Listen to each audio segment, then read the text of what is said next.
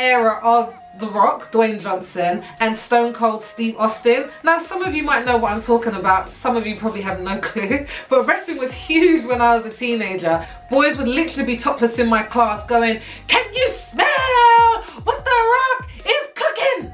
Now, that was probably, that was definitely a very bad example of what The Rock says. He says it much more convincingly than that. But my point is, wrestling was huge, and there's this big... My name is Sophie Hannah, and this is the Cine Chic vlog, which is a vlog all about film review, and just everything to do with film. Now, my latest film review is for Fighting With My Family, which is a film I think has been out for the majority of March, and I just got around to seeing it on the weekend, and I really want to tell you about it. But before I do, don't forget to subscribe to my channel and to press the notifications so you can be one of the first people to hear about one of my latest film reviews. But enough of that, onto the plot. So Fighting With My Family is based on a true story, unbelievably. It's about a family who are just obsessed with wrestling. The family are British and they come from Norwich. Mum and dad wrestle, and so do a daughter called Saraya and two brothers, one called Zach. So Saraya and Zach are kind of like the main characters who the film centers around. Now, their dream as a family is that one day Saraya and Jack will become professional wrestlers in America for WWE. They're given a chance to become pro wrestlers, but one is picked, Saraya, to go on to the next level, whereas brother Zach is not chosen and he has to learn how to cope now that his dreams have been dashed. So my initial thoughts on the film? It's very good. It's a very good film. Just on so many different levels. It was really a winner, and I think everyone in the cinema was just really loving it. So I'm going to tell you all about the pros and the cons and why I think that it really just worked as a film. I would call this film like a dramedy or like a sports film. Kind of a sports film if you consider wrestling a sport. Dramedy in terms of it was a drama comedy. The film was just funny. Just so funny. The characters were funny. The story was funny. The script was funny.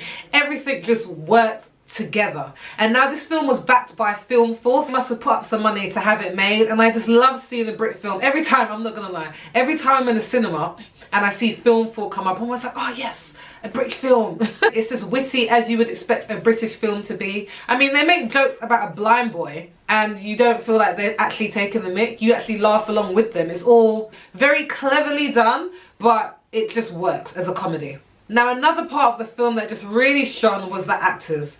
The mum and dad. So the mum was played by Lena Headley, who is Cersei in Game of Thrones. Now, I hope I have some Game of Thrones watchers. It is, side note, the best thing on television. Probably one of the best things that's ever been created. One of the best TV shows, dramas, whatever. It is it.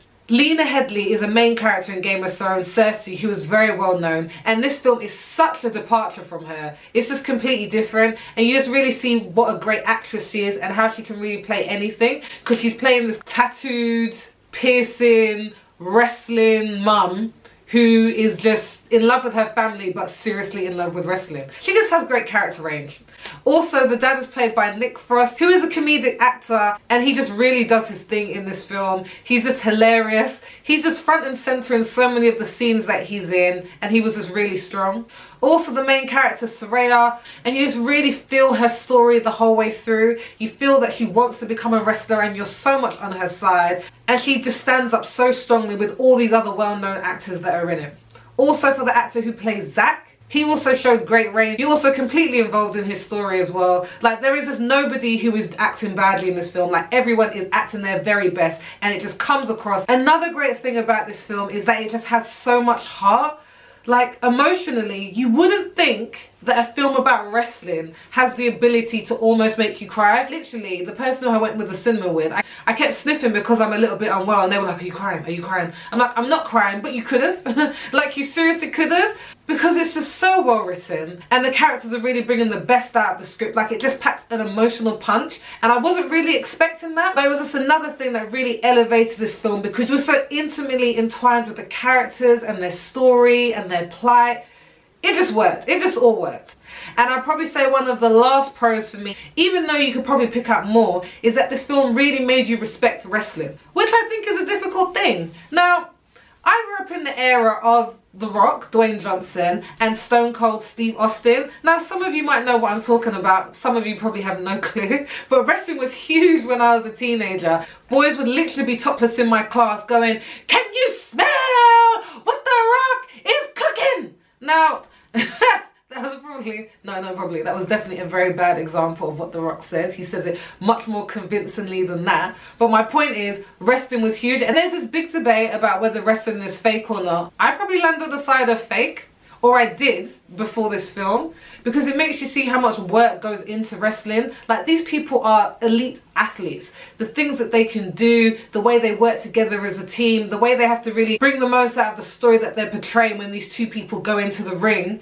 It just made me respect wrestling on a whole nother level, and I would definitely be someone who might not watch WrestleMania going forward, but I would definitely appreciate what it is that they do, because it's an art form and they have to train so hard. And I think the film really paints a good picture of what goes into becoming a champion in wrestling, and it's not easy.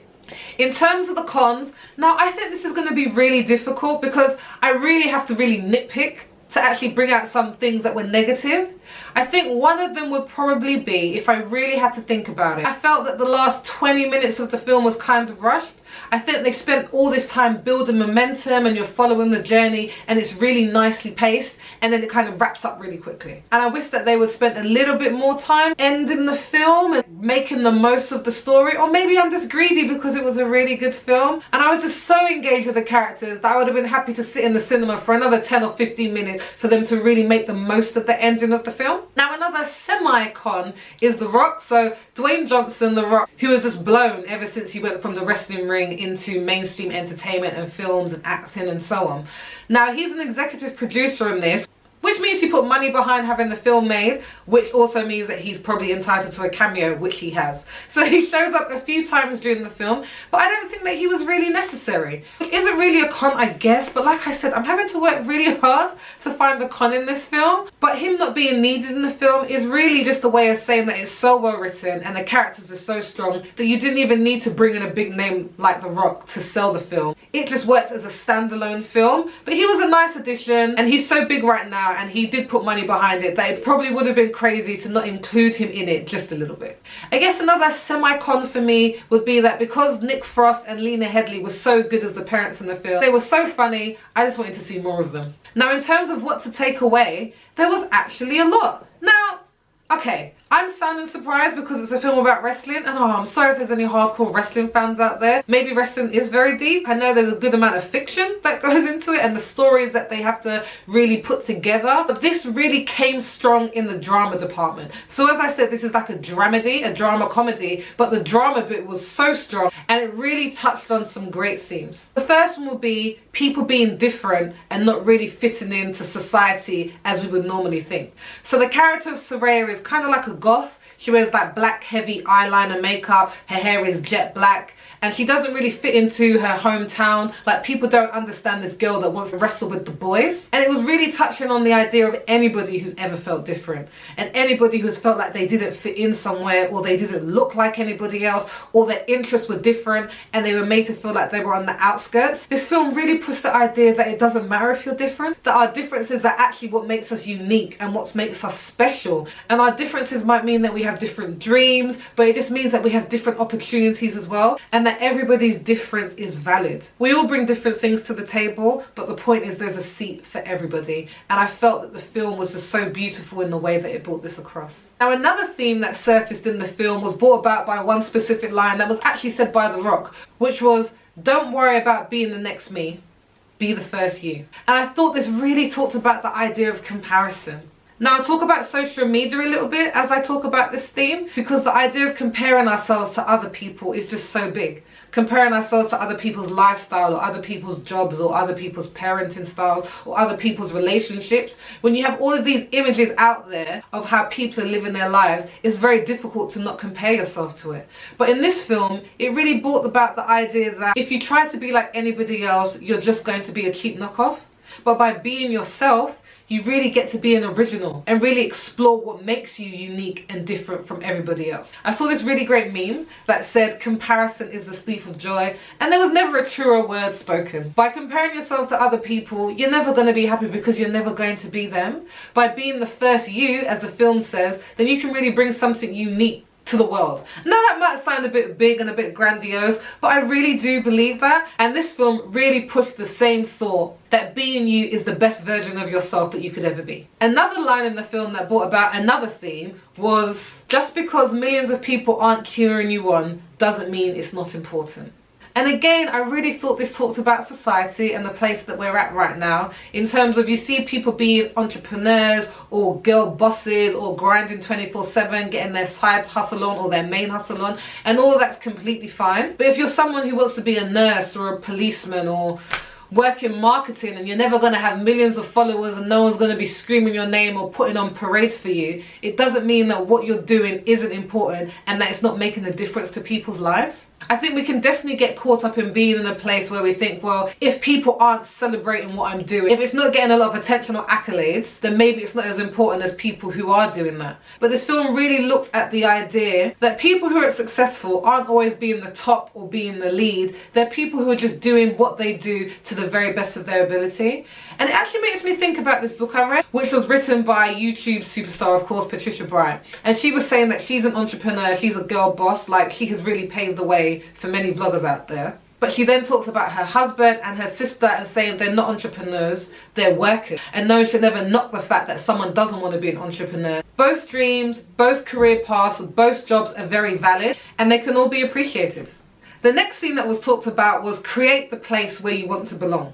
What I mean by that is that if you feel like you don't have your tribe or there's no one who understands your interest in your current surroundings, then look for them. Or create a space where you do feel like you belong. That people understand you and your dreams and your focus and your drive. I know people find their tribes on social media, they find them through different clubs or whatever, but it's so important to create a space where you are just understood.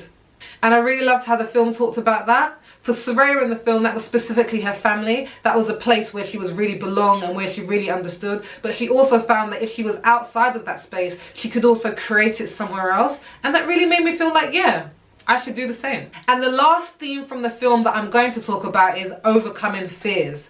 Now, the character of Soraya got her dream in the beginning, but in order to kind of complete it, she really had to overcome everything that was holding her back. And a lot of the times that was just things that she was telling herself. Now that really resonated with me, or anybody who's ever wanted to go after their dream. You have fears of what other people might think, or you're not good enough, or whatever. But this film was really inspiring because it's like everything you want is on the other side of your fear.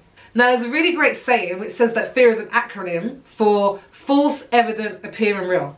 And I think that so much of the time that's true. And so often our fear can be even bigger than the thing that we're trying to achieve. And that's crazy and that's ridiculous. And I can definitely resonate with that being shown in the film, because if I'm being honest, I've been wanting to start this blog for probably years. If I'm being honest, like embarrassingly honest, for years. But just the fear of putting myself out there just really stopped me. But sometimes you just have to really overcome those fears. You have to be like, what the hell, like I'm gonna do it anyway. It's something that I really want to do. And if I don't do it now, I'll never do it. And the idea of overcoming your fears, despite what they may be, if you're really given an opportunity at your dream, then you have to go for it.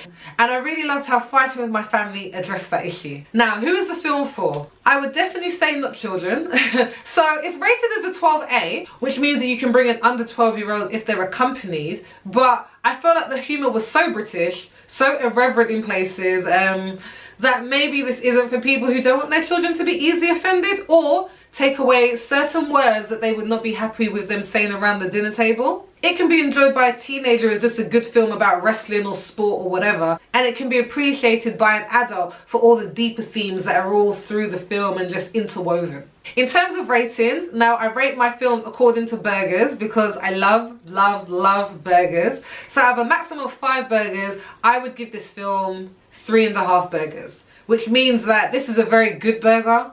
You would want to have this over and over again. It's solid. You would tell other people about it. I feel like you could watch this film regardless of what mood you're in. So if you wanted a drama or if you wanted a comedy, it's going to give you a bit of everything. And I would tell you to definitely try and see this before it's out of cinemas. And if nothing else, it's a Brit film and we have to support our own. And those are my thoughts on Fighting With My Family. Please don't forget to subscribe, just press the button down there and to put the notifications on so you can be one of the very first people to know when the next episode is live. Now, you know I'm always leaving you with a film question at the end, and today's question would be, after watching the sports dramedy Fighting with My Family, what's your favourite sports film? I think one for me will probably be Remember the Titan. Please let me know what yours are down in the comments. Please like the video, share and follow my journey on social media as I try to watch 100 films in 2019. But until the next film review on Monday at 7 PM, I'll see you soon.